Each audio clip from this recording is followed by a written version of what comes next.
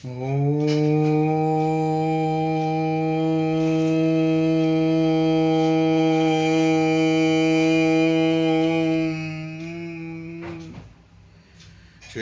सद्गुरुभ्यो नमः। ओम श्री परमात्मने नमः। अथ षष्ठोऽध्यायः। आज छठे अध्याय का वाचन करेंगे, प्रारंभ कर रहे हैं। जय हो श्री सीताराम। श्री भगवानुवाच अनाश्रितः कर्मफलं कार्यं कर्म करोति यः स सन्न्यासी च योगी च न निरग्निर्चाक्रियः। श्री भगवान बोले, कर्म फल का आश्रय न लेकर जो कर्तव्य कर्म करता है वही सन्यासी तथा योगी होता है। वो केवल अग्नि का त्याग करने वाला सन्यासी नहीं होता तथा केवल क्रियाओं का त्याग करने वाला योगी नहीं होता। सन्यासी अथवा योगी मनुष्य न तो अग्नि से बंधता है न क्रियाओं से ही बंधता है, प्रत्युत कर्म फल की इच्छा से बंधता है। फले सक्तो निबध्यते। श्रीमद् भगवद गीता अध्याय 5 श्लोक 12 में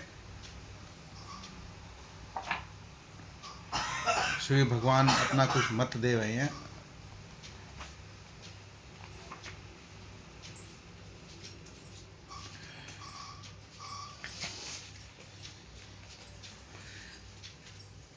अध्याय 5 श्लोक क्रमांक 12 में भगवान कहते हैं, युक्त कर्म फलं त्यक्त्वा शांतिं माप्नोति नैष्ठिकीम् अयुक्त काम कारेण फले सक्तो निबध्यते।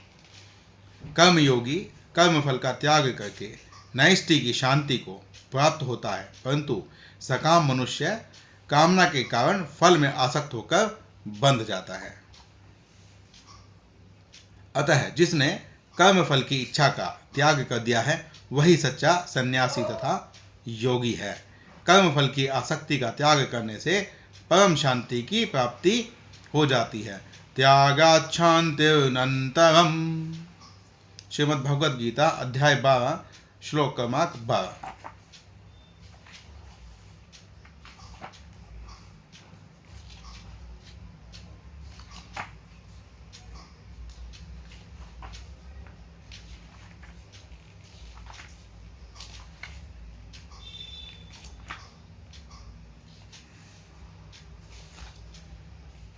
अध्याय 12 के श्लोक क्रमांक 12 में श्री भगवान ने उपदेश दिया है,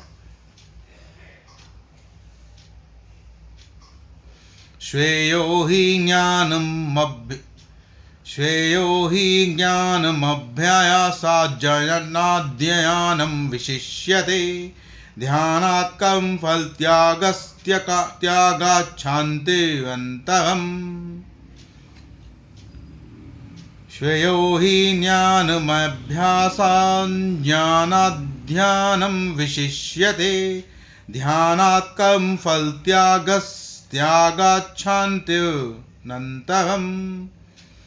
अभ्यास से शास्त्र ज्ञान श्रेष्ठ है, शास्त्र ज्ञान से ध्यान श्रेष्ठ है और ध्यान से भी सब कर्मों के फल की इच्छा का त्याग श्रेष्ठ है, क्योंकि त्याग से तत्काल ही परम शांति प्राप्त हो जाती है। अतः सच्चा त्यागी भी वही है जिसने कर्म फल की आसक्ति का त्याग कर दिया है। यस्तु कर्म फल त्यागी स त्यागितयभिधीयते।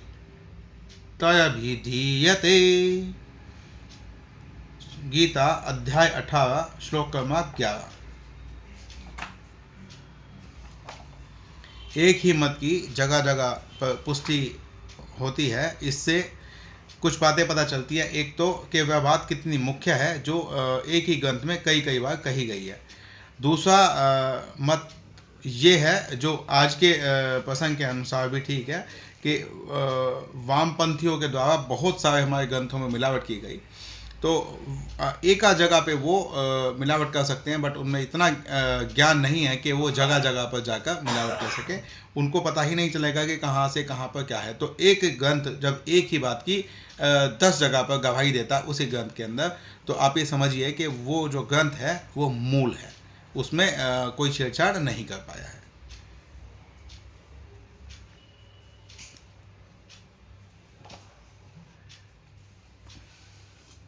श्लोक कमा 11 में श्री भगवान कहते हैं, न ही देभृता शक्यन्त्य कर्तुं कर्माण्यशेषतः यस्तु कर्म फलत्यागी स त्यागित्यभिधीयते।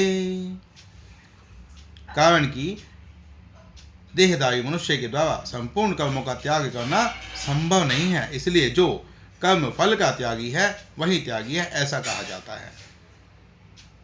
यहाँ पर भी श्री भगवान ने यही कहा था कि अनाश्रितः कर्म फलम, कि कर्म फलों पर आश्रित न होकर कार्यं कर्म करोति यः, जो कार्य और कर्म करता है, सह सन्यासी च योगी, वह सन्यासी ओ योगी, च न निरग्निं चक्रियः, वह जो अग्नि है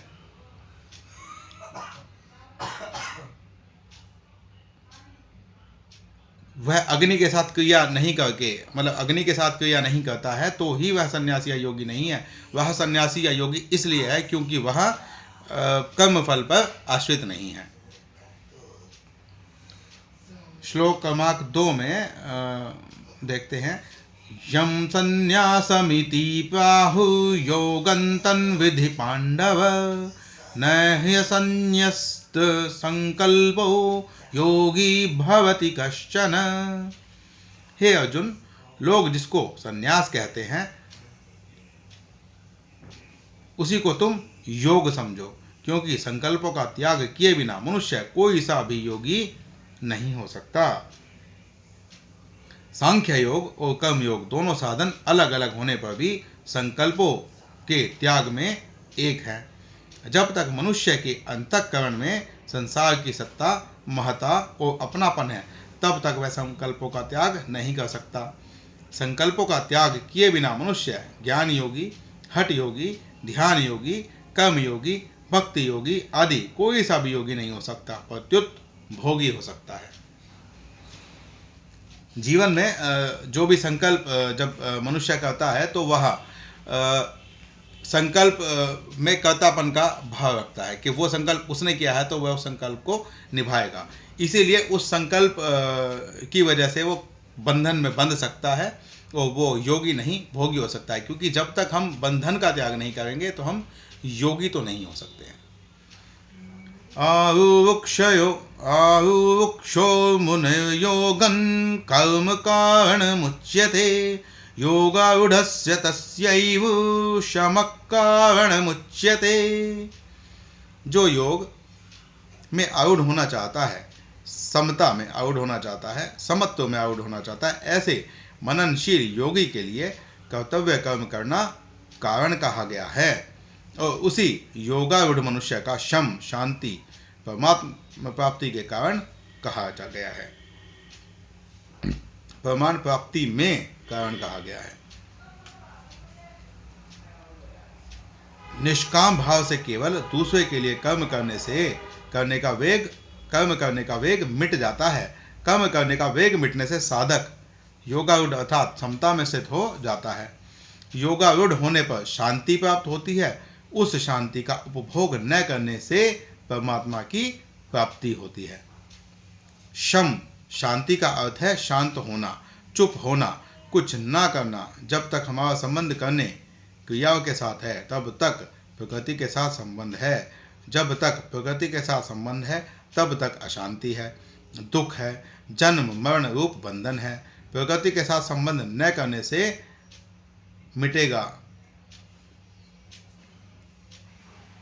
कारण की क्रिया और पदार्थ दोनों प्रकृति में है।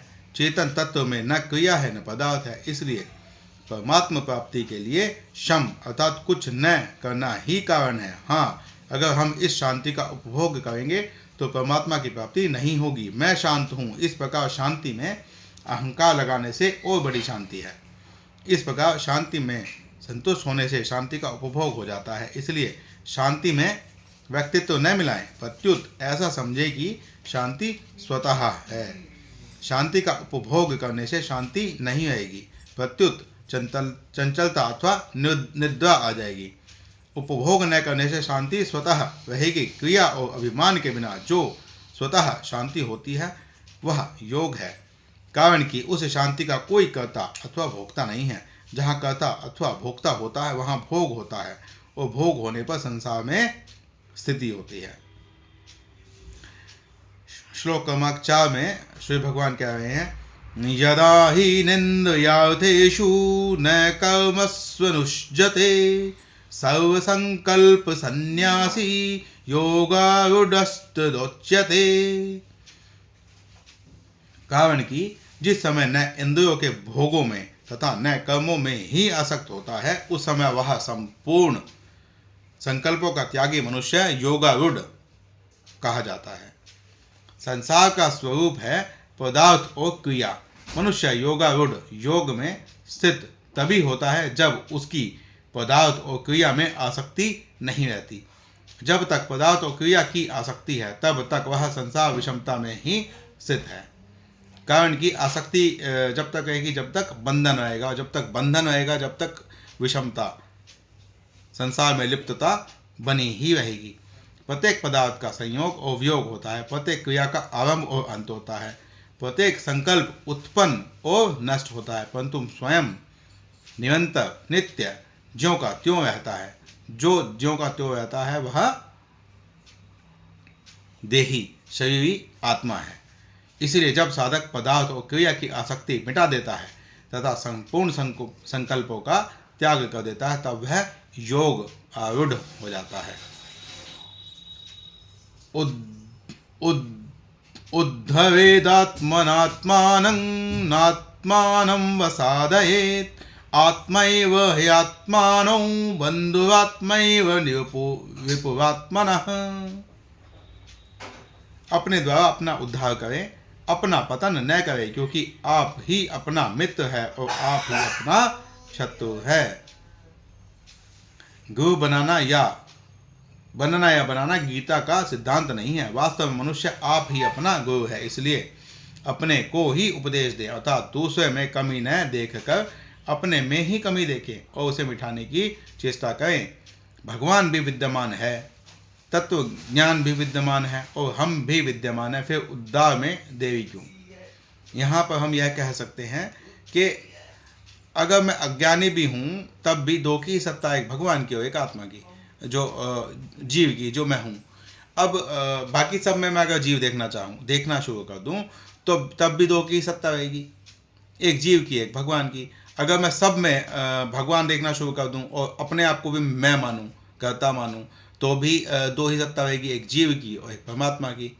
तो यहाँ पर जब मैं दो की सत्ता मानता हूँ और अंत में मैं अपनी सत्ता को समाप्त करके ईश्वर के अधीनस्थ हो जाता हूँ, ईश्वर को अपना मान लेता हूँ, उनको मैं उनकी शरणागति कर लेता हूँ, अपना कर्तापन का त्याग कर देता हूँ, तो एक ही सत्ता बचेगी, वो ईश्वर की सत्ता होगी।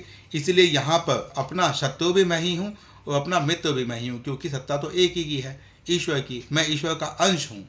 बस हम लोग प्रकृति के संसर्ग में आकर अपने आप को अलग जीव, अलग आत्मा, अलग अपनी एक सत्ता मान बैठे हैं।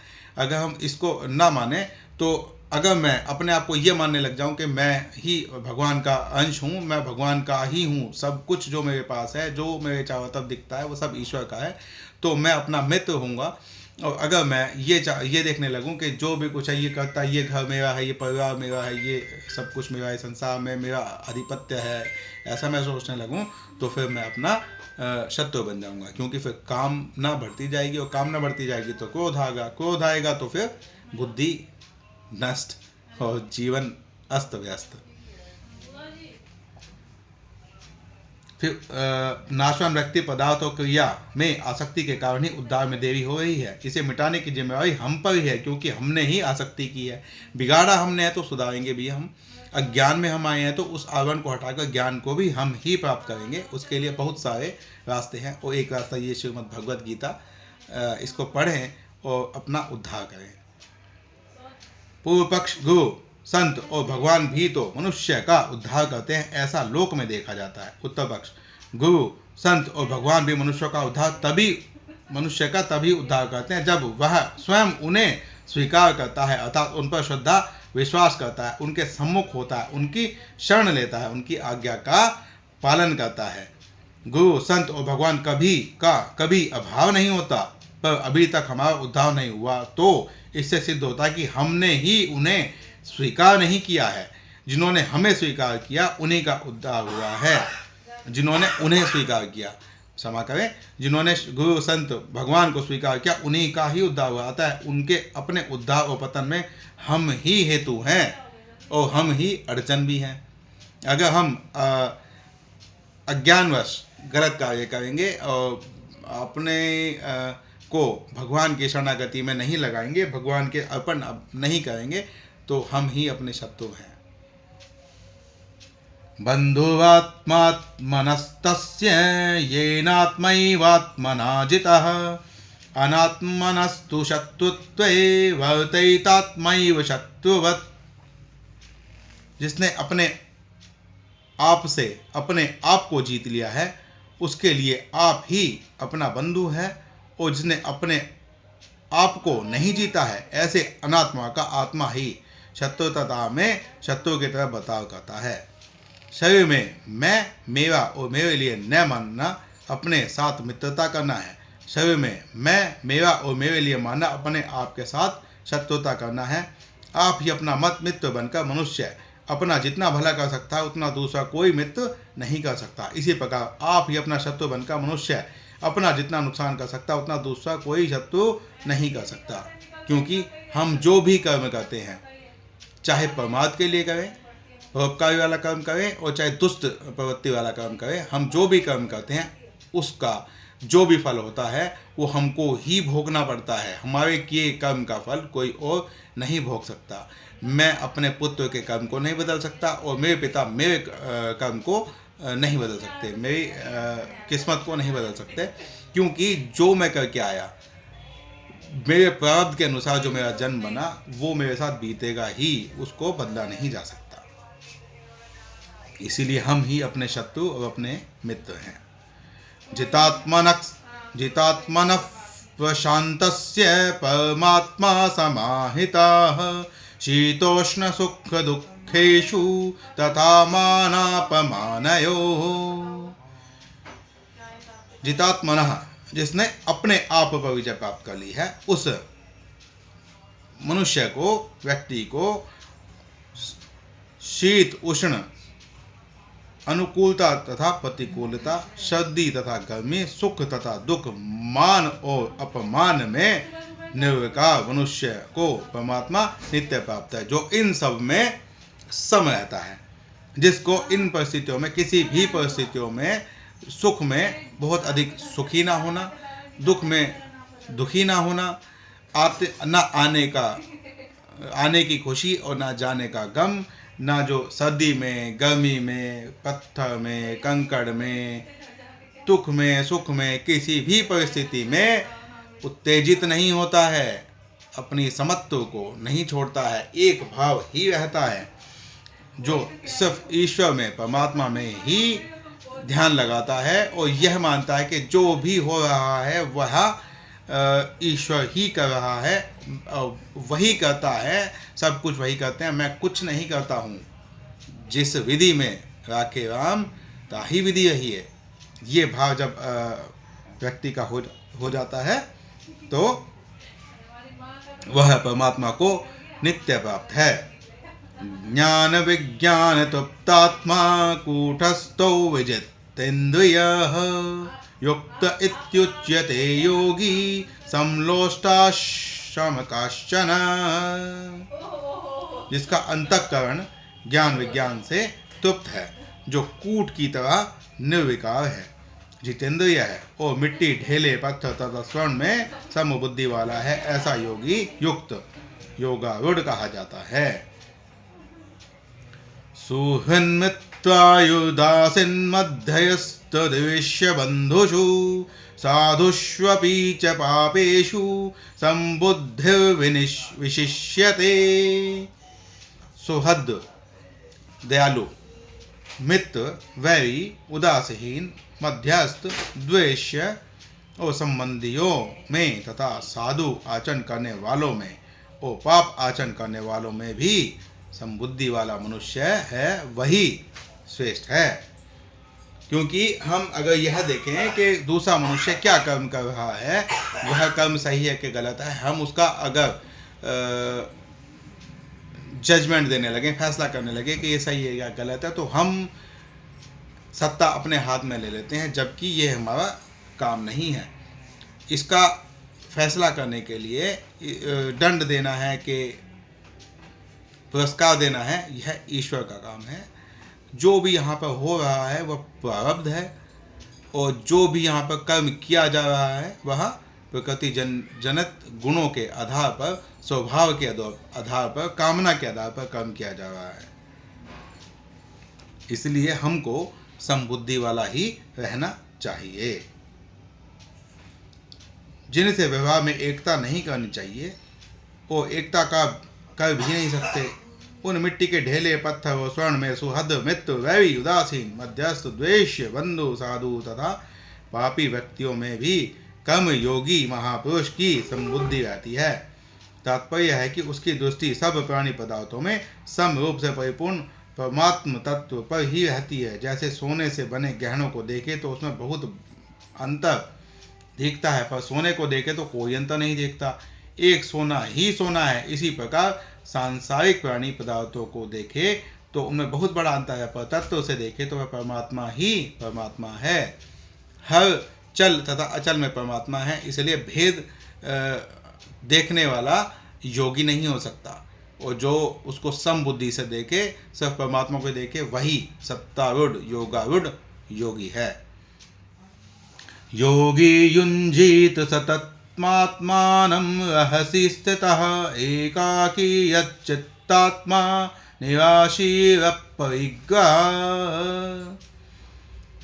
भोग बुद्धि से संग्रह न करने वाला, इच्छा रहित और अंतःकरण तथा शरीर को वश में रखने वाला योगी अकेला एकांत में स्थित होकर मन को निरंतर परमात्मा में लगाए।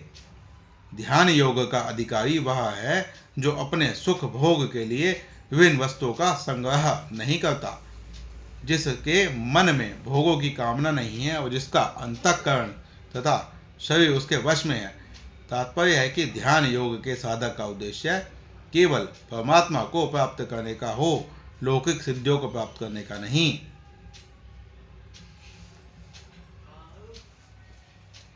पूर्व पक्ष, युद्ध के समय अर्जुन को ध्यान योग का उपदेश देने का क्या औचित्य है?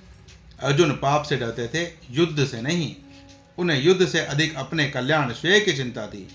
गीता अध्याय 2 श्लोक क्रमांक 7, अध्याय 3 श्लोक क्रमांक 2 और अध्याय 5 श्लोक क्रमांक 1, यहाँ पर तीनों जगह अर्जुन ने युद्ध से में जीत हार की बजाय अपने कल्याण के बारे में सोचा। यह कहा कि जो मेरे लिए श्रेष्ठकर हो कृपया निश्चित करके वह कहें। इसलिए कल्याण के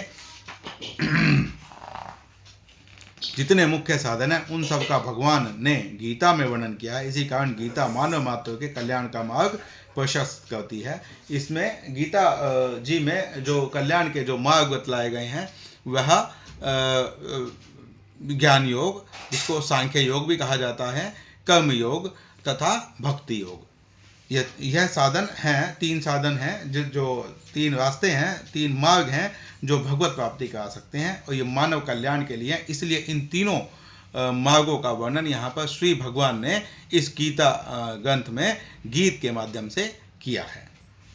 शुचौ देशे प्रतिष्ठाप्य स्थिरमासनमात्मनः नात्युच्छित्तं नातिचीतं नीचं नातिनीचं चैलाजिन्कुशोत्तरम्। शुचौ देशे प्रतिष्ठाप्य स्थिरमासनमात्मनः नात्युच्छित्तं तन्नाति नीचम न चैलाजिन कौशोत्तरम। शुद्ध भूमि पर जिस पर क्रमशः कुश, मृगछाला और वस्त्र बिछे हैं, जो न अत्यंत ऊंचा है और न अत्यंत नीचा, ऐसे अपने आसन को स्थिर स्थापन करके शुचोदेशे अर्थात शुद्ध स्थान पर तत्रैकाग्रं मनः कृत्वा यच्चित्तेन्द्रियक्रियः उपविश्यासने युञ्ज्याद् योगामात्मविशुद्धये। उस आसन पर बैठकर चित्त और इंद्रियों की क्रियाओं को वश में रखते हुए मन को एकाग्र करके अंतःकरण की शुद्धि के लिए योग का अभ्यास करें। यहाँ पर बहुत सारे आसन श्री भगवान बतला रहे हैं, लेकिन आम जन मानुष के लिए यह बहुत ही दुष्कर है, क्योंकि अपनी इस कलयुग में अपनी चित्त को, अपनी इंद्रियों को वश में कर पाना और एकाग्र होकर बैठ पाना बड़ा ही मुश्किल कार्य है, लेकिन इसको अभ्यास के द्वारा संभव बनाया जा सकता है। समंकाय शिवग्रीवं धारयन् चलं स्थिरः संप्रेक्ष्य नासिकाग्रं स्वदिश्चानवलोकयन्। काया सिर और गले को सीधे अचल धारण करके तथा दिशाओं को न देखकर केवल अपनी नासिका की अग्रभाग को देखते हुए स्थिर होकर बैठें। इस प्रकार जो दृष्टि है वो नासिका के अग्रभाग पर होनी चाहिए। इससे एकाग्रता धारण करने में बहुत ही आसानी होती है। प्रारंभ में यह बहुत ही कष्टकारक और मुश्किल है, कठिन है, लेकिन अभ्यास के द्वारा हम यह कर सकते हैं। और एकाग्रता बढ़ाने के लिए इससे अधिक श्रेयस्कर कुछ भी नहीं है। प्रशांतात्मा विगद्भिर्ब्रह्मचारिव्रते स्थितः मनः संयम्य मच्चितो युक्त आसीत मत्परः। जिसका अंतःकरण शांत है, जो भयरहित है और जो ब्रह्मचारी व्रत में स्थित है, ऐसा साधवान ध्यान योगी मन का संयम करके मुझ में चित्त लगाता हुआ मेरे परायण होकर बैठे। अर्थात बाहर प्रकृति से बिल्कुल नाता तोड़कर यह समझ कर के इस संसार में मैं अकेला हूँ, कोई और है ही नहीं। एकाग्रता, इस प्रकार की एकाग्रता को प्राप्त करके सावधान होकर सभी चीज़ों से बाहर से संबंध को तोड़कर भयरहित होकर चित्त लगाकर मुझ में चित्त लगाकर मेरे परायण होकर बैठे। जिसका अंतःकरण राग द्वेष आदि द्वंद्वों से रहित है, जो शरीर में मैं मेरापन न होने से भय रहित है और जो ब्रह्मचारी के नियमों का पालन करता है, वही ध्यान योग का अधिकारी है। ध्यान योगी सावधानी पूर्वक मन को संसार से हटाकर भगवान में लगाए, वह भगवान के पारण हो, अर्थात भगवत प्राप्ति के सिवाय उसका अन्य कोई उद्देश्य नहीं हो। युजन्नैवं सदात्मानं योगिनीयत मानसः शान्तिर्निर्वाण परमां मत्संस्थामधिगच्छति। वश में किए हुए मन वाला योगी मन को इस तरह से सदा परमात्मा में लगाता हुआ मुझ में सम्यक स्थिति वाली जो निर्वाण परमा शांति है उसको प्राप्त हो जाता है। अब जो परमात्मा में पूर्ण रूप से सम्यक ध्यान लगाएगा तो वह तो परमात्मा को प्राप्त होगा ही, लेकिन जो सम्यक ध्यान ना भी लगा पाए तो इस जन्म में ना सही आने वाले कुछ जन्मों में उच्च कुल को प्राप्त करके कर्मशः भगवत प्राप्ति के मार्ग में प्रशस्त होगा। आगे उसके लिए मार्ग प्रशस्त होगा, वह मार्ग खुलते जाएंगे और वह एक दिन अवश्यम भावी भगवान को भगवत प्राप्ति कर सकेगा। क्योंकि भगवत प्राप्ति के मार्ग में उठाया हुआ एक भी कदम वेस्ट नहीं होता है, नष्ट नहीं होता है। वह जब दोबारा अगले जन्म में हम फिर से जन्म लेते हैं और भगवत प्राप्ति का प्रयास करते हैं, तो हमको हमारी जो गिनती है वो दूसरे कदम से स्टार्ट होती है, पहले से नहीं। तो पहला उठाया हुआ जो कदम है वो कभी भी नष्ट नहीं होता। इसलिए हम कितना कर पाएंगे, हम बहुत बड़े पापी हैं, हम क्या करेंगे, हम इस जन्म में तो हम क्या ही कर सकते हैं, अगले जन्म में देखेंगे, ऐसा सोचकर इस जन्म को वेस्ट ना करें। कुछ भी हो शुरुआत करें, कितना भी बड़ा पापी हो शुरुआत करनी चाहिए। कुछ नहीं पता है कि भगवान कब कृपा कर दें। श्री सीताराम।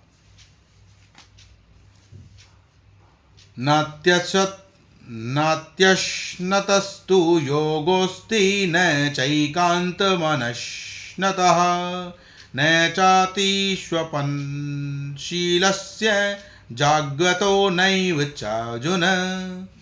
हे अर्जुन, यह योग न तो अधिक खाने वाले का और न बिल्कुल खाने वाले का तथा अधिक सोने वाले का और न बिल्कुल सोने वाले का ही सिद्ध होता है। अर्थात यह योग उसी का सिद्ध होता है जो हर क्रिया को सिर्फ जीवन को बचाने मात्र के लिए ही करे, उतना ही खाए जितना जीवन जीने के लिए आवश्यक है, अधिक ना खाए।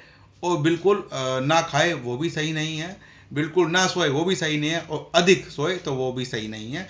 तो इसमें सब कुछ समान रूप से करना पड़ता है। युक्तः विहारस्य युक्तचेष्टस्य कर्मसु युक्तस्वप्नावबोधस्य योगो भवति दुःखः। दुखों का नाश करने वाला योग तो यथा योग्य आहार और विहार करने वाले का, कर्मों में यथा योग्य चेष्टा करने वाले का तथा यथा योग्य सोने और जागने वालों का ही सिद्ध होता है। तो यथा योग्य जिसकी जितनी आवश्यकता है बस उतना ही खाएं, उतना ही पिए, उतना ही सोए, सब काम उतना ही करें जितना के परम आवश्यक है। अति किसी की भी नहीं होनी चाहिए। मात्रा से अधिक दवा भी जहर का काम करती है। यदा विनियतं चित्तमात्मन्येवावतिष्ठते निस्सप्पः सर्वकामेभ्यो युक्त इत्युच्यते तदा। वश में किया हुआ चित्त जिस काल में अपने स्वरूप में ही स्थित हो जाता है, वो स्वयं संपूर्ण पदार्थों से निस्पृह हो जाता है, उस काल में वह योगी है, ऐसा कहा जाता है।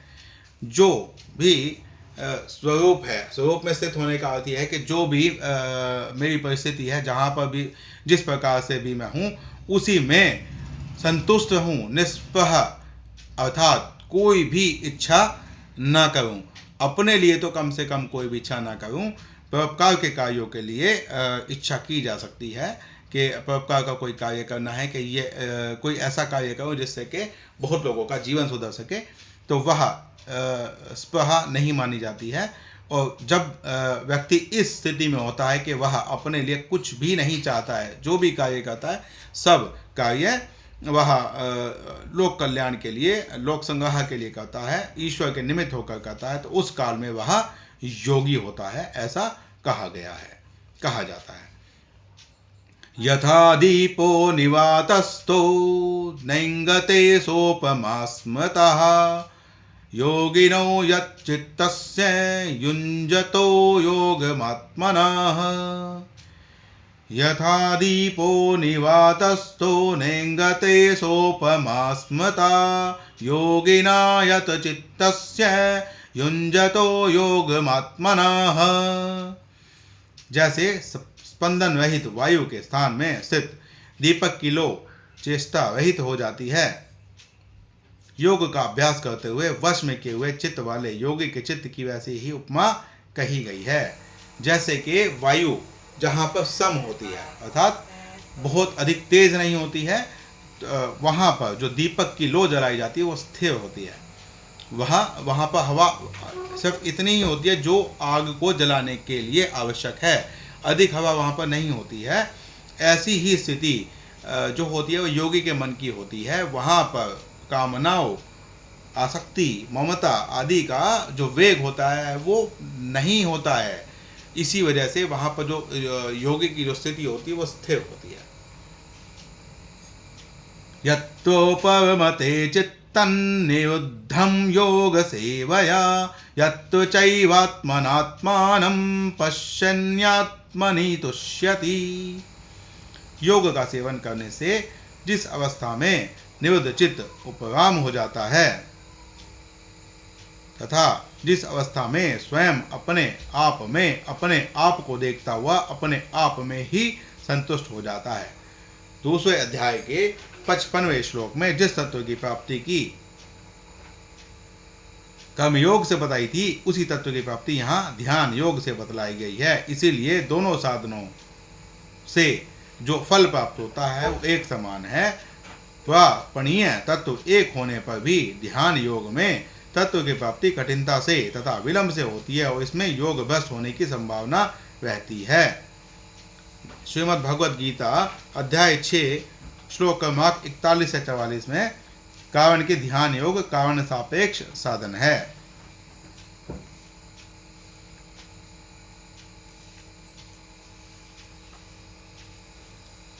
सुखमात्ययन्तिकं यत्तद्बुद्धिर्गाह्यमतीन्द्रियम् वेत्ति यत्तु न चैवायं स्थितश्चलति तत्त्वतः। जो सुख आत्यंतिक अतीन्द्रिय और बुद्धिग्राह्य है उस सुख का जिस अवस्था में अनुभव करता है और जिस सुख में स्थित हुआ वह ध्यान योगी तत्व से फिर कभी विचलित नहीं होता।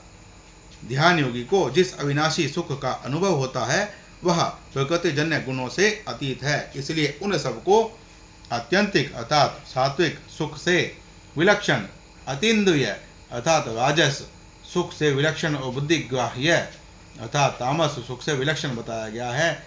जड़ता के साथ संबंध रहने से ही मनुष्य विचलित होता है। ध्यान योगी का जड़ता से संबंध सर्वथा छूट जाता है, अतः वह तत्व से कभी विचलित नहीं होता। जैसे समाधि से व्युत्थान होता है ऐसे उनका अविनाशी सुख से कभी व्युत्थान नहीं होता। यं लभद्वा चापरं लाभं मन्यते नादिकन्ततः यस्मिन् स्थितो न दुःखेन गुणापि विचाल्यते। जिस लाभ की प्राप्ति होने पर उससे अधिक कोई दूसरा लाभ उसके मन मानने में भी नहीं आता और जिसमें स्थित होकर वह बड़े भारी दुख से भी विचलित नहीं किया जा सकता, वह तो योगी की ही अवस्था हो सकती है। जिस सुख के लाभ का तो अंत नहीं है और हानि की संभावना भी नहीं है तथा जिसमें दुख का लेश भी नहीं है, ऐसे अखंड सुख के प्राप्त होने में ही सभी साधनों की पूर्णता है। और वो जो अखंड सुख है वो ईश्वर प्राप्ति के अतिरिक्त अन्यत्र और कुछ भी नहीं है। तम विवाद दुख संयोग वियोगम योग संजितम स निश्चयेन योक्तव्यो योगो निर्वण्ण चेतसा। जिसमें दुखों के संयोग ही का ही वियोग है उसी को योग नाम से जानना चाहिए। वह योग जिस ध्यान योग का लक्ष्य है उस ध्यान योग का अभ्यास न उकताए हुए चित्त से निश्चय पूर्वक करना चाहिए। संयोग तथा वियोग का विभाग अलग और योग का विभाग अलग है। सभी संसार के संयोग का वियोग तो अवश्यम भावी है, पर परमात्मा के योग का कभी वियोग होता ही नहीं, होना संभव ही नहीं। कारण कि सभी संसार कभी हमारे साथ रहते ही नहीं और परमात्मा कभी हमारा साथ छोड़ते ही नहीं। परमात्मा का यह योग सभी साधकों का साध्य है, अर्थात इसके लिए कोई विशेष साधक नहीं होना चाहिए। कोई भी साधक जो परमात्मा प्राप्ति करना चाहता है और जो भगवत प्राप्ति के जो भी मार्ग हैं वो बतलाए गए हैं उसमें से किसी भी मार्ग को सही सम्यक तरीके से अगर उस मार्ग पर चलता है तो वह भगवत प्राप्ति कर ही लेता है। संकल्प प्रभवान् कामांस्त्यक्त्वा सर्वान् शेषतः मनसैवेन्द्रिय संग्रामं विनियम्य समन्ततः। संकल्प से उत्पन्न होने वाली संपूर्ण कामनाओं का सर्वथा त्याग करके और मन से ही इंद्रिय समूह को सभी ओर से हटाकर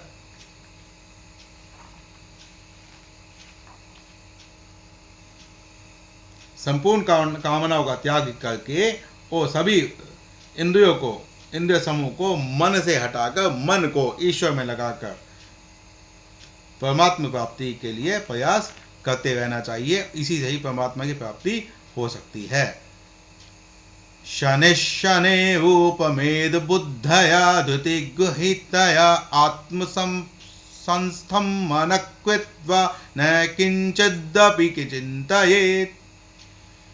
धैर्य युक्त बुद्धि के द्वारा संसार से धीरे धीरे उपराम हो जाए और मन बुद्धि को परमात्म स्वरूप में सम्यक प्रकार से स्थापन करके फिर कुछ भी चिंतन न करे।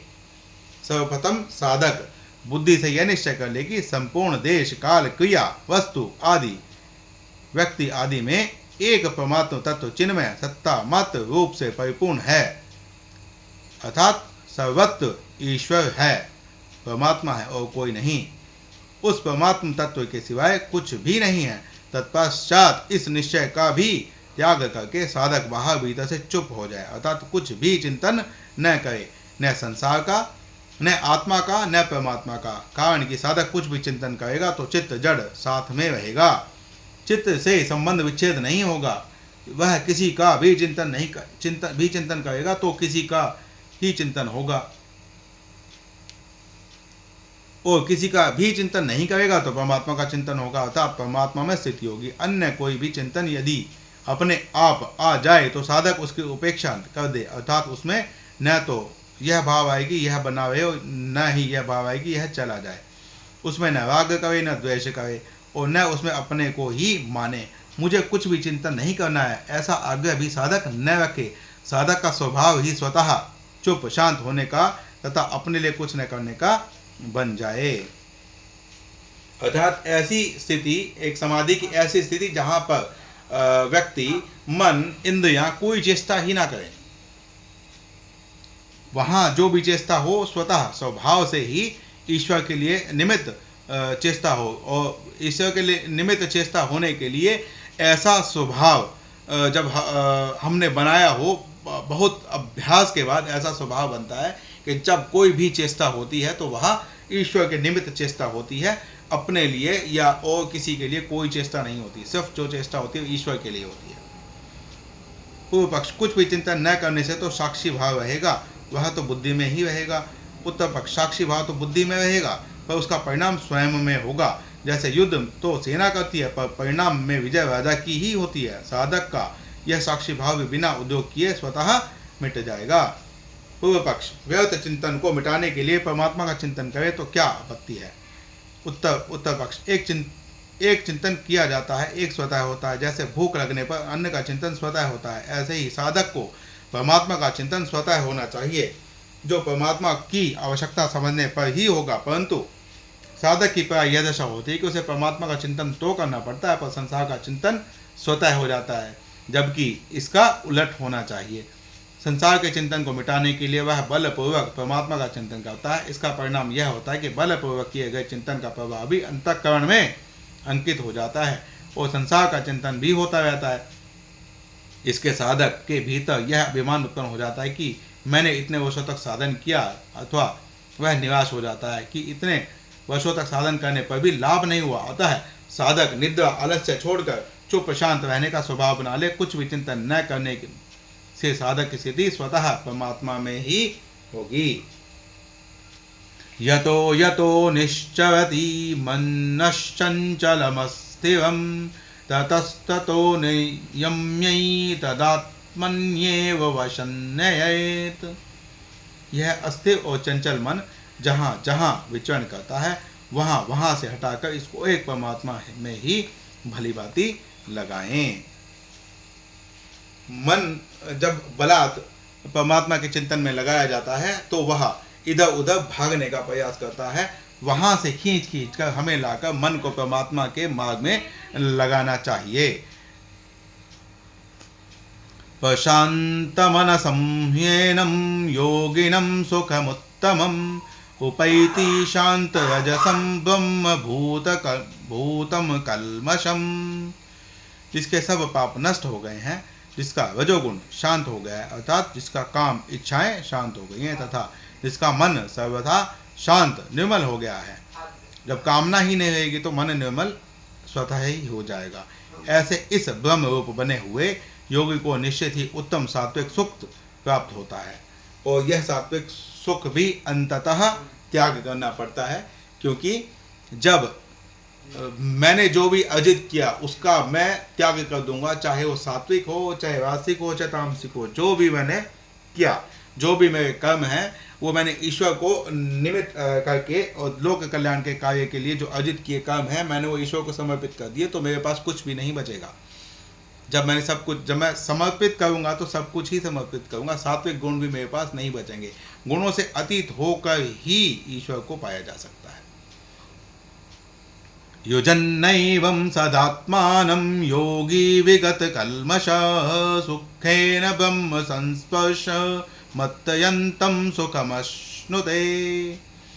इस प्रकार अपने आप को सदा परमात्मा में लगाता हुआ पाप रहित योगी सुखपूर्वक ब्रह्म प्राप्ति रूप अत्यंत सुख का अनुभव कर लेता है। अपने आप को परमात्मा में लगाने का तात्पर्य है कुछ भी चिंतन न करना, अर्थात बाहर भीतर से चुप शांत हो जाना। न संसार बाहर का चिंतन हो, न परमात्मा भीतर का। कुछ भी चिंतन न करने से स्वतः साधक की स्थिति परमात्मा तत्व में होती है। मन को परमात्मा में लगाना कारण सापेक्ष साधन है। गीता अध्याय 6 श्लोक क्रमांक 26।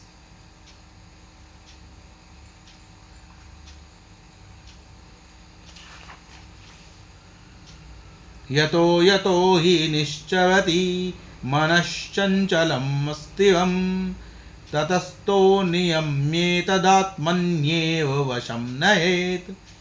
यह अस्थिर और चंचल मन जहाँ जहाँ विचरण करता है, वहाँ वहाँ से हटाकर इसको परमात्मा प्राप्ति में भली भांति लगाना चाहिए। और अपने आप को परमात्मा में लगाना कारण निरपेक्ष साधन है। कारण निरपेक्ष साधन में जड़ता का संबंध सर्वथा न रहने के कारण सुखपूर्वक परमात्मा को प्राप्त कर लिया जाता है, परंतु कारण सापेक्ष साधन में परमात्मा को कठिनतापूर्वक प्राप्त किया जाता है।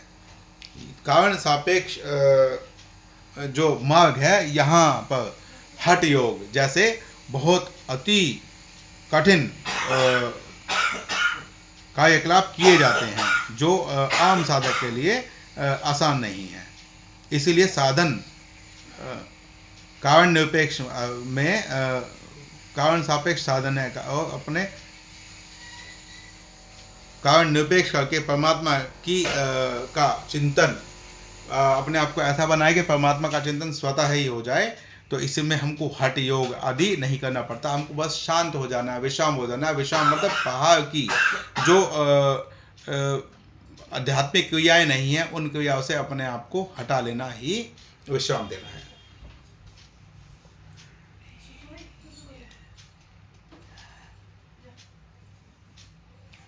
गीता अध्याय 12 श्लोक क्रमांक 5 में भी श्री भगवान ने कुछ इस कथन की पुष्टि की है। वहाँ पर भी हम एक बार देखते हैं।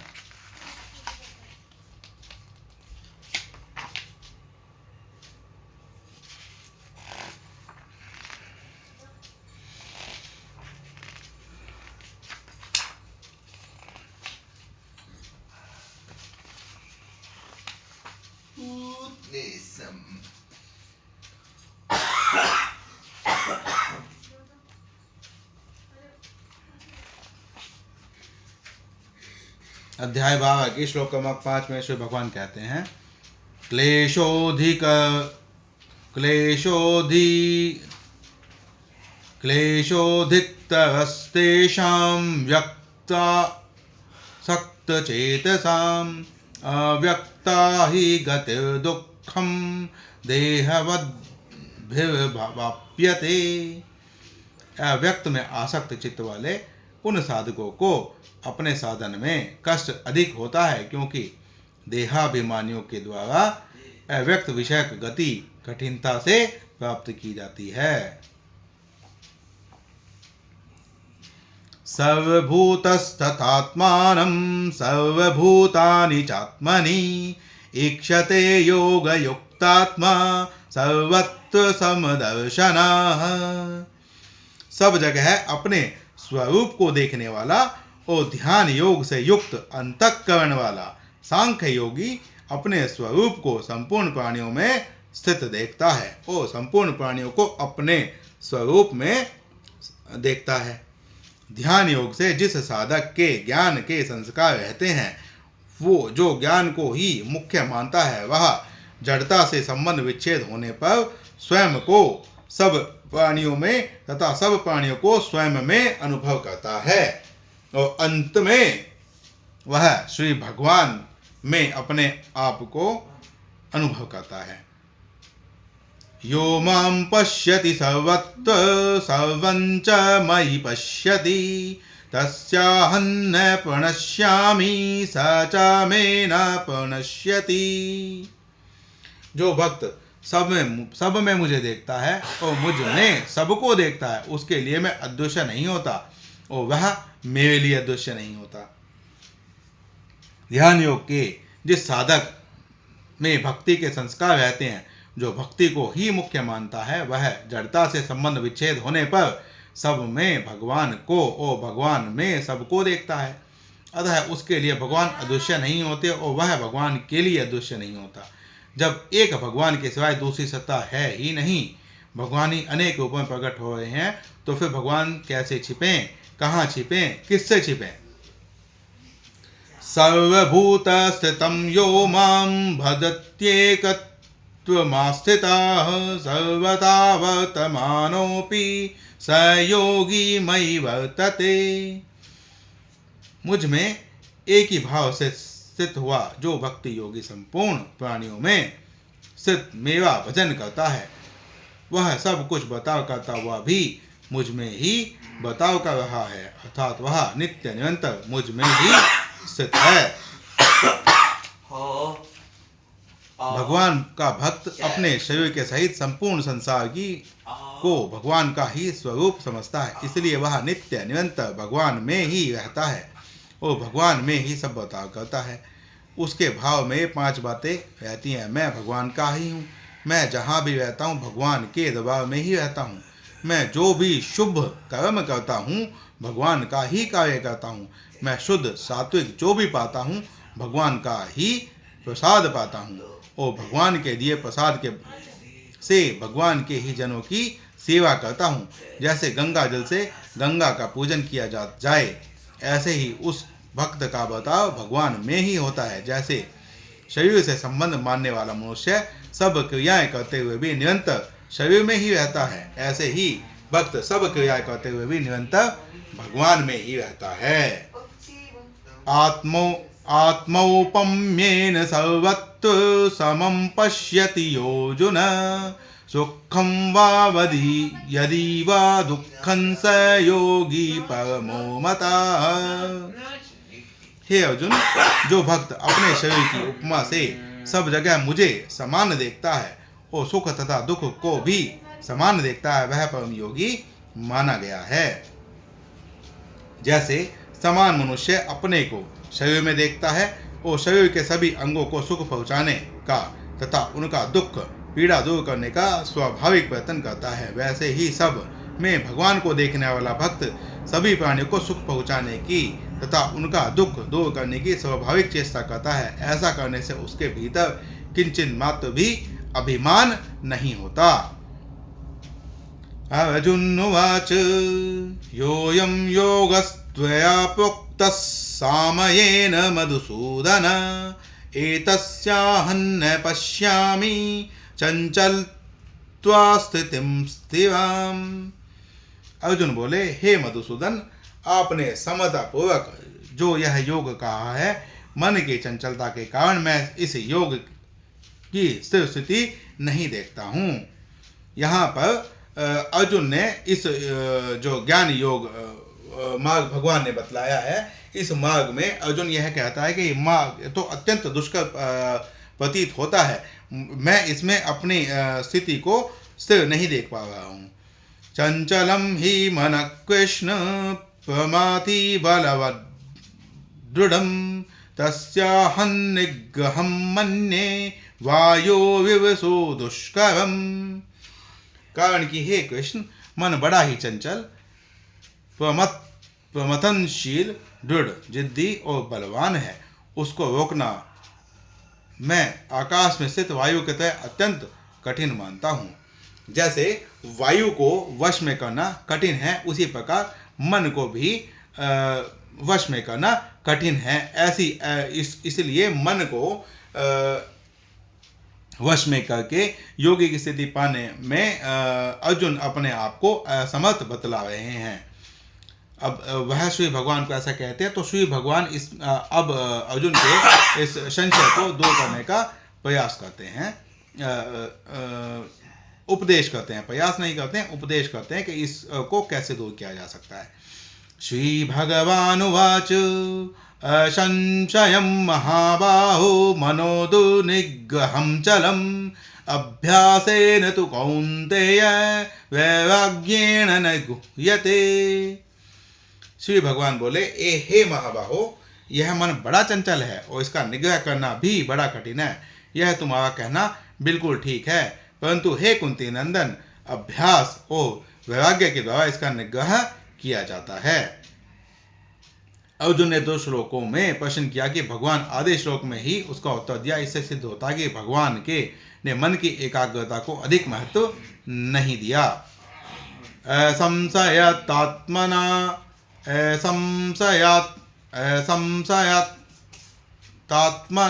योगो दुष्प्राप्य इति मे मति। संशयात्मना योगो दोषप्राप इति मे मति। वश्यात्मना तु यतता शक्यो वाप्तुमुपायतः।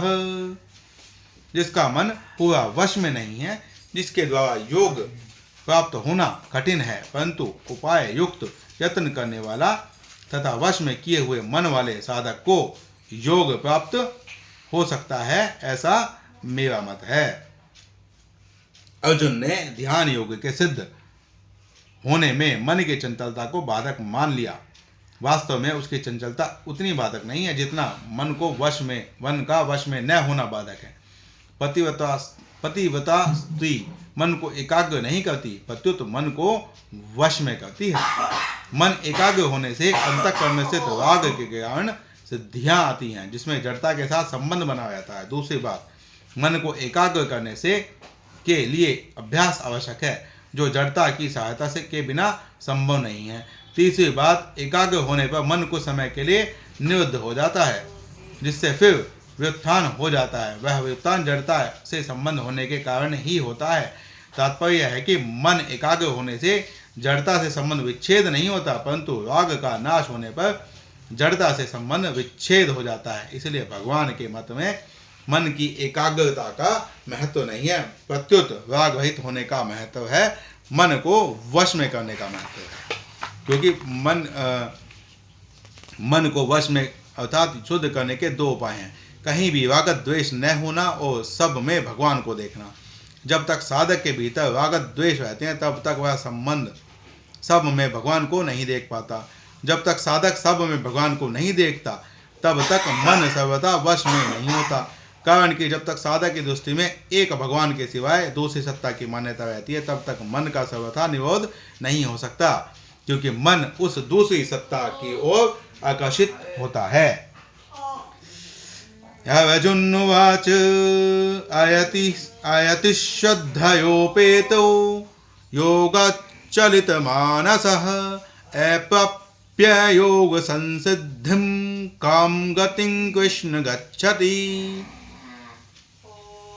अर्जुन बोले, हे कृष्ण, जिसकी साधन में श्रद्धा है पर जिसका प्रयत्न शिथिल है, वह अंत समय में अगर योग से विचलित हो जाए तो वह योग सिद्धि को प्राप्त न करके किस गति को चला जाता है। अब अर्जुन के मन में यहाँ पर यह संशय उठ रहा है कि वह साधन से, इस साधन से प्रयास तो कर ले, लेकिन उसके मन में यह संशय है कि वो मन को वश में नहीं कर सकता या मन को एकाग्र नहीं कर सकता। तो अगर वो परमात्मा की प्राप्ति नहीं कर पाया, जो इस सिद्धि के लिए उसने मेहनत की, परिश्रम किया, परोपकार के कार्य के, क्या उनका नाश हो जाएगा? यह अर्जुन के मन में संदेह है। तो यह प्रश्न अर्जुन ने भगवान से किया है। अभी अर्जुन के प्रश्न और भी हैं जो अभी वो पूछ रहे हैं। कश्चिन्नो भयविभ्रष्टश्चिन्नाभ्रमेव नश्यति अप्रतिष्ठो महाबाहो विमूढ़ो ब्रह्मणः पथि। हे महाबाहो, संसार के आश्रय से रहित और परमात्मा प्राप्ति के मार्ग में मोहित अर्थात विचलित, इस तरह दोनों ओर से भ्रष्ट हुआ साधक कि क्या छिन्न भिन्न बादल की तरह कहीं नष्ट तो नहीं हो जाता।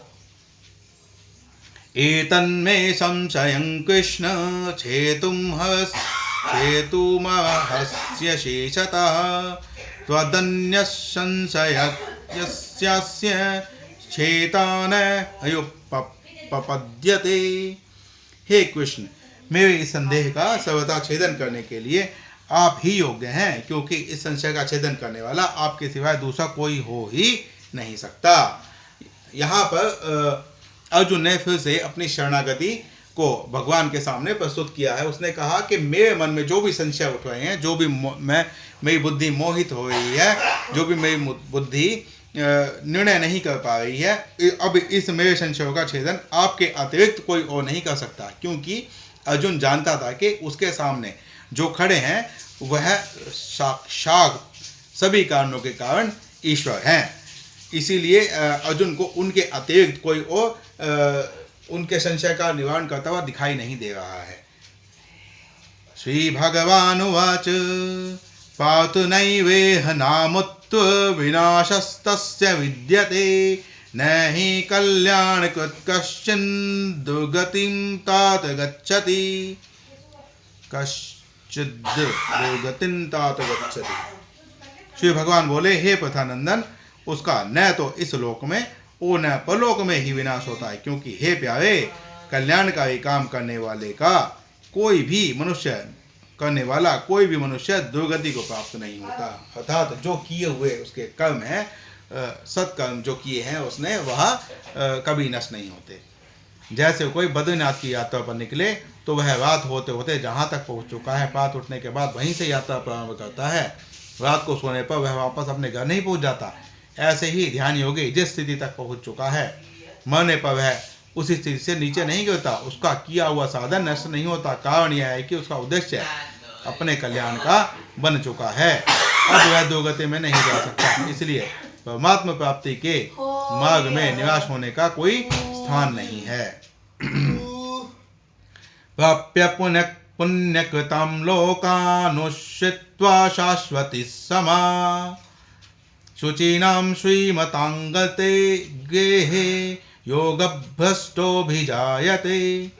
वह योग भ्रष्ट पुण्य कर्म करने वालों के लोकों को प्राप्त होकर और वहाँ बहुत वर्षों तक रहकर फिर यहाँ शुद्ध ममता रहित श्रीमानों के घर में जन्म लेता है। अर्थात जो व्यक्ति पुण्य कर्म करता है वह उन पुण्य कर्मों का उच्च लोकों में जाकर भोगने के पश्चात जब वहाँ पर पुण्य कर्म क्षीण हो जाते हैं तो फिर से वह किसी श्रीमानों के घर, महापुरुषों के घर, जहाँ पर उसको क्रमशः आध्यात्मिक उन्नति करने के अवसर प्राप्त होंगे, वहाँ पर जन्म लेता है। अथवा योगिनामेव कुले भवति धीमताम् एतद्धि दुर्लभतरं लोके जन्म यदीदृशम्। अथवा वैराग्यवान योग भ्रष्ट ज्ञानवान योगियों के कुल में ही जन्म लेता है। इस प्रकार का जो यह जन्म है यह संसार में निसंदेह बहुत ही दुर्लभ है। जिस साधक के भीतर भोगों की वासना नहीं मिटी है, ऐसा साधक योग भ्रष्ट होने पर स्वर्ग आदि उच्च लोकों में जाता है, फिर श्रीमानों के घर में जन्म लेता है। परंतु जिस साधक के भीतर योग भोगों की वासना मिट गई है, ऐसा साधक सूक्ष्म वासना के कारण अंत समय में विषय चिंतन होने से स्वर्ग आदि लोकों में न जाकर सीधे योगियों के घर में जन्म लेता है। अर्थात जिसकी भोग करने की इच्छा ना हो वह स्वर्ग में भी नहीं जाता, वह सीधा योगियों के कुल में जन्म लेता है, क्योंकि वहां से उच्चतर गति को प्राप्त हो सके, मोक्ष को प्राप्ति के लिए, परमात्मा की प्राप्ति के लिए प्रयत्न कर सके। तत्त्वतं बुद्धि संयोगं लभते पौवदेहिकं यतते च ततो भूयः संसिद्धौ को नंदन। हे को नंदन, वहाँ पर उसको पिछले मनुष्य जन्म की साधन संपत्ति अनायास ही प्राप्त हो जाती है। फिर उससे वह साधन की सिद्धि के विषय में पुनः विशेषता से यत्न करता है। योगियों के कुल में जन्म लेने वाले साधक की बुद्धि में पूर्व जन्म में बैठे हुए संस्कार स्वतः जागृत हो जाते हैं। पहले किया हुआ साधन उसे बिना परिश्रम प्राप्त हो जाता है। सांसारिक संपत्ति तो मरने पर सर्वथा छूट जाती है, पर पारमार्थिक संपत्ति मरने पर भी साथ जाती है, कारण कि सांसारिक संपत्ति बाह्य है और पारमार्थिक संपत्ति आंतरिक है। स्वयं में बैठी बात नष्ट नहीं होती। पूर्वाभ्यासेन तेनैव ह्रियते ह्यवशोऽपि सः जिज्ञासुरपि योगस्य शब्दब्रह्माति वर्तते। वह श्रीमानों के घर में जन्म लेने वाला योग भ्रष्ट मनुष्य जो अपने मार्ग से भटक गया था, अर्थात पूर्ण सिद्धि को प्राप्त नहीं हो पाया था, उसको यहाँ पर योग भ्रष्ट मनुष्य कहा गया है। भोगों के परवश होता हुआ भी वह उस पहले मनुष्य जन्म के किए हुए अभ्यास साधन के कारण ही परमात्मा की तरफ खींच जाता है, क्योंकि योग समता का जिज्ञासु भी वेदों में कहे हुए सकाम कर्मों का अतिक्रमण कर जाता है। स्वर्ग आदि लोकों से लौटकर श्रीमानों के घर जन्म लेने वाला साधक पहले किए हुए साधन के कारण जबरदस्ती परमात्मा की तरफ खींच जाता है। जो योग में प्रवृत्त नहीं हुआ है, पर अंतःकरण में योग का महत्व होने के कारण जो योग को प्राप्त करना चाहता है, ऐसा योग का जिज्ञासु भी वेदोक्त सकाम कर्मों से तथा उनके फल से ऊंचा उठ जाता है। फिर जो योग में लगा हुआ है वो योग भ्रष्ट हो गया है, उसका कल्याण हो जाए, इसमें कहना ही क्या। प्रयत्नाद्यतमानस्तु योगी संशुद्धे किल्बिषः अनेक जन्म संसिद्धस्ततो याति परां गतिम्। प्रयत्नाद्यतमानस्तु योगी संशुद्ध किल्बिषः अनेक जन्म संसिद्धस्ततो याति परां गतिम्। परंतु जो योगी प्रयत्न पूर्वक यत्न करता है और जिसके पाप नष्ट हो गए हैं तथा जो अनेक जन्मों से सिद्ध हुआ है, वह योगी फिर परम गति को प्राप्त हो जाता है। अनेक जन्म का अर्थ है एक से अधिक जन्म। श्रीमानों के घर में जन्म लेने वाला सर्वप्रथम मनुष्य जन्म में साधन करके शुद्ध हुआ, फिर स्वर्ग आदि लोकों में जाकर वहाँ के भोगों से अरुचि होने से शुद्ध हुआ, और फिर श्रीमानों के घर जन्म लेकर तत्परता पूर्वक साधन में लगकर शुद्ध हुआ। इस प्रकार 3 जन्मों में शुद्ध होना ही उसका अनेक जन्म संसिद्ध होना है। तपस्विभ्योऽधिको योगी ज्ञानिभ्योऽपि मतोऽधिकः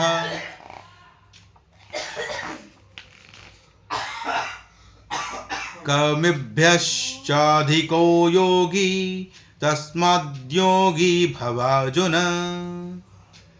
सकाम भाव वाले तपस्वियों से भी योगी श्रेष्ठ है, ज्ञानियों से भी योगी श्रेष्ठ है और कर्मियों से भी योगी श्रेष्ठ है, ऐसा मेरा मत है। अतः हे अर्जुन, तू योगी हो जा। जो लौकिक सिद्धियों को पाने के लिए तपस्या करते हैं, जो शास्त्रों के ज्ञाता हैं और जो सकाम भाव से यज्ञ दान आदि कर्म करते हैं, उन सब से योगी श्रेष्ठ है।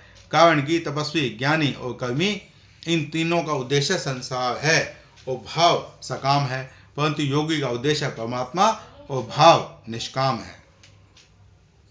योगिनापि सर्वेषां मद्गतेनान्तरात्मना श्रद्धावान् भजते यो मां स मे युक्ततमो मतः।